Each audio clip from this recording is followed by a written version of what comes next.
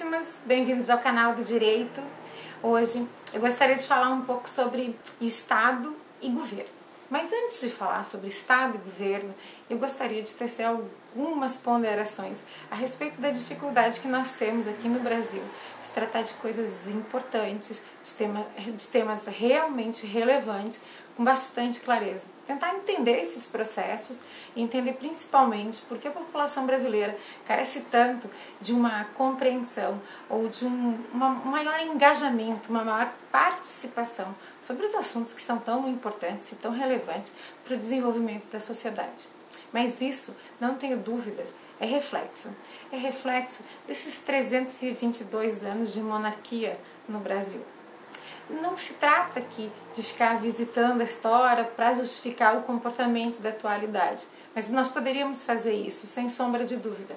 Mas essa visita histórica, esse olhar, essa compreensão do que foi a criação do Estado brasileiro a partir de colônia de Portugal, talvez explique e muito o que acontece na atualidade. Esses 322 anos de monarquia no Brasil, eles não deixaram marcas só históricas do reinado de Dom Pedro II, esses 49 anos, quase 50 anos de reinado, que nós vamos ter a estruturação de muitos dos poderes que até hoje temos na sociedade brasileira. Desse período de monarquia no Brasil, e aí eu não vou ficar discorrendo sobre a colonização, mas poderíamos falar muito sobre isso, sobre essa influência da colonização aqui no Brasil. Gostaria de tecer só alguns paralelos que eu penso são importantes e são fundamentais para a compreensão da sociedade atual. A Constituição de 1824, ela teve vigência por 65 anos. Talvez um dos textos mais longos que o Brasil tem. Nós temos outros exemplos de cartas constitucionais tão longas, a própria Constituição americana é um exemplo, mas aqui no Brasil ela é uma legislação que teve uma vigência muito maior do que nós estamos, na atualidade, acostumados a ver. Essa Constituição de 1824 estabelecia um paralelo de um país realmente nos livros, um país perfeito. Do ponto de vista da organização e da estruturação, nós tínhamos a tripartição de poderes, um legislativo, o executivo e o judiciário, e a partir dessa tripartição, em tese, nós estaríamos então com uma sociedade organizada. Essa organização social, ela nos leva a um determinado ponto. E o ponto que eu gostaria de destacar, para fazer uma correlação com as dificuldades que eu entendo a sociedade brasileira vive hoje, é que com a Constituição de 1824 e com a manutenção dessa Constituição por um período tão longo, nós vamos ter a figura do poder moderador.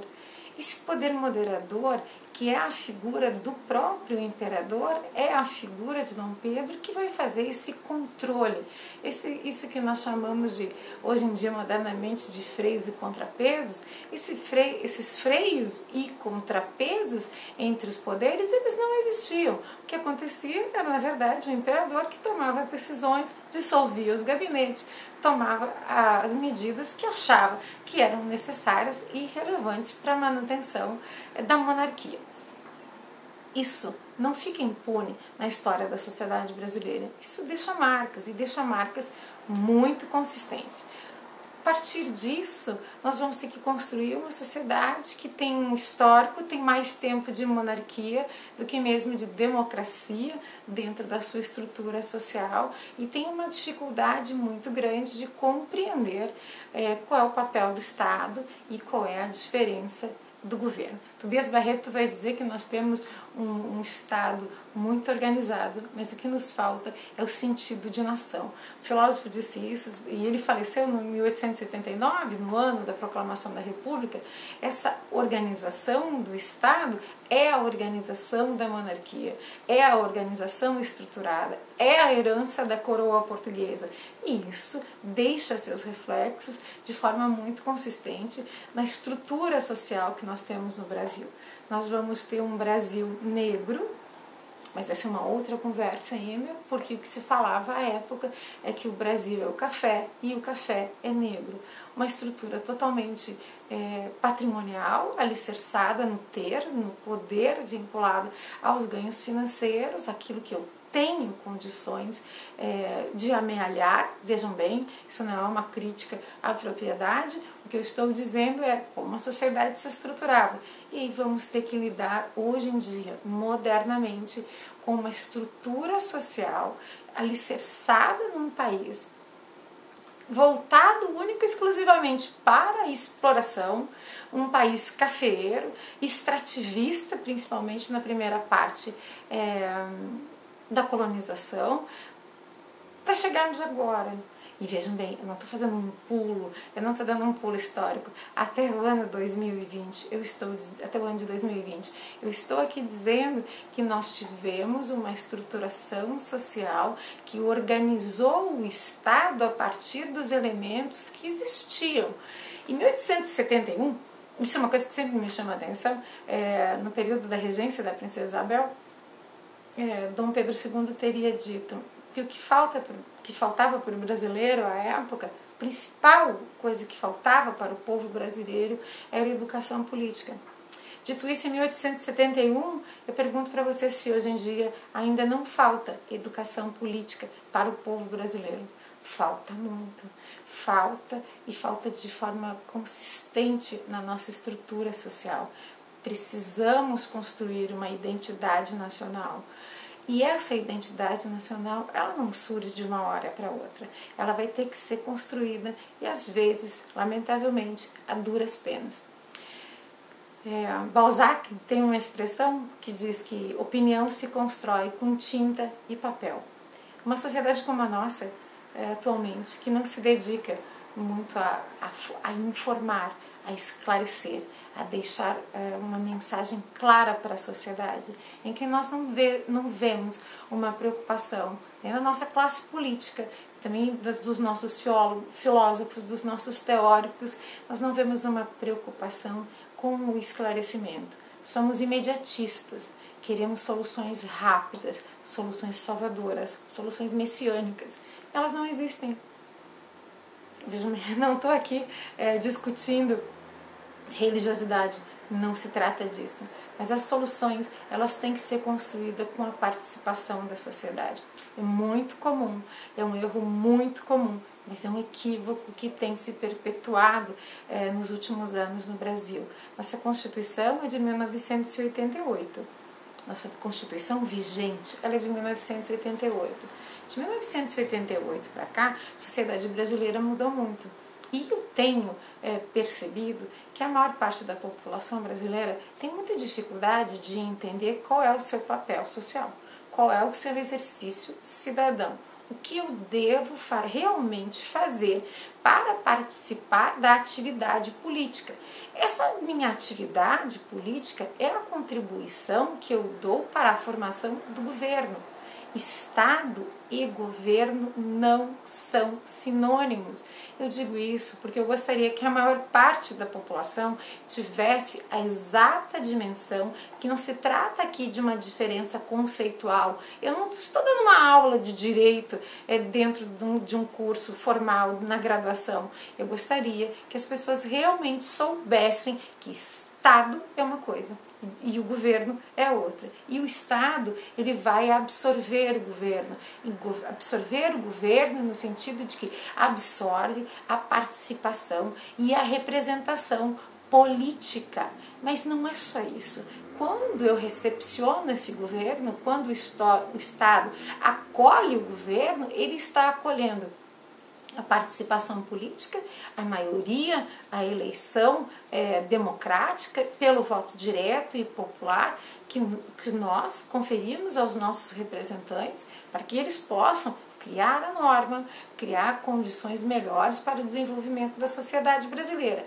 Com a criação desse desenvolvimento, com a busca, na verdade, desse desenvolvimento, nós vamos conferir ao governo a gestão da maioria política, daquele partido, daquela representação política que vai alcançar a maioria e vai também representar, não só politicamente, mas resolvendo as questões administrativas do Estado, as funções do Estado, que nada mais são do que uma gerência efetiva das nossas questões mais relevantes. As questões que estão previstas na Constituição e que são, de alguma maneira, aquilo que é almejado para o nosso desenvolvimento, o nosso bem-estar coletivo.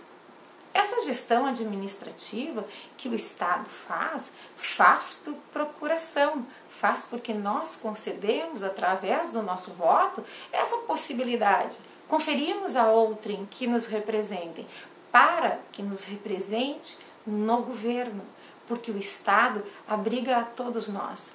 Abriga o governo, abriga os nossos representantes, abriga também a sociedade. Vocês poderiam até me dizer, mas Ana, o Estado, na verdade, ele antecede o governo ou o governo antecede o Estado? Não tenho dúvidas que o governo antecede o Estado.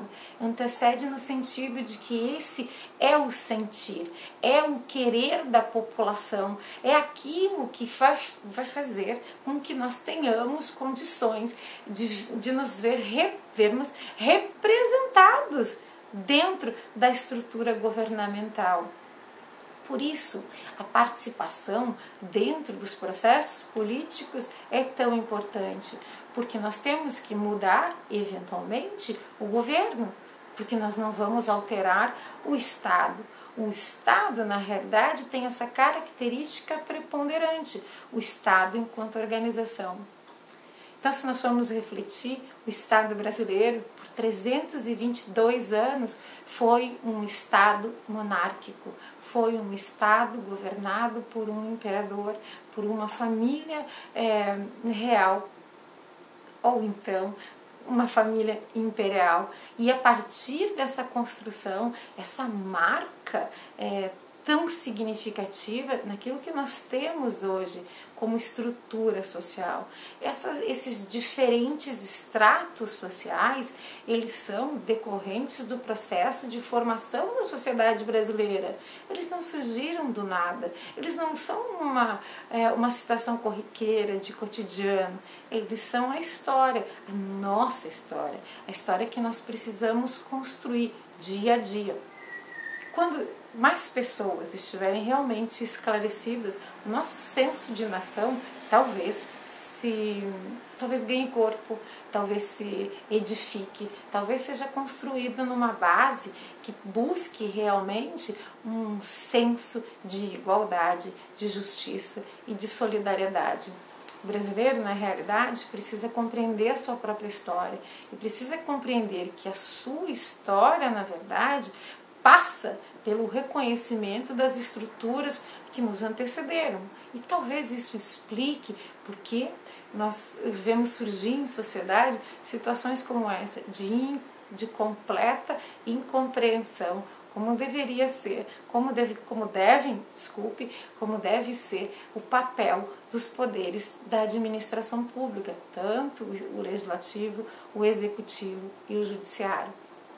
O governo, ele não se confunde só com a figura do poder executivo. O poder executivo, na realidade, tem um encargo significativo de fazer a gerência administrativa do Estado e permitir a governabilidade em toda a República.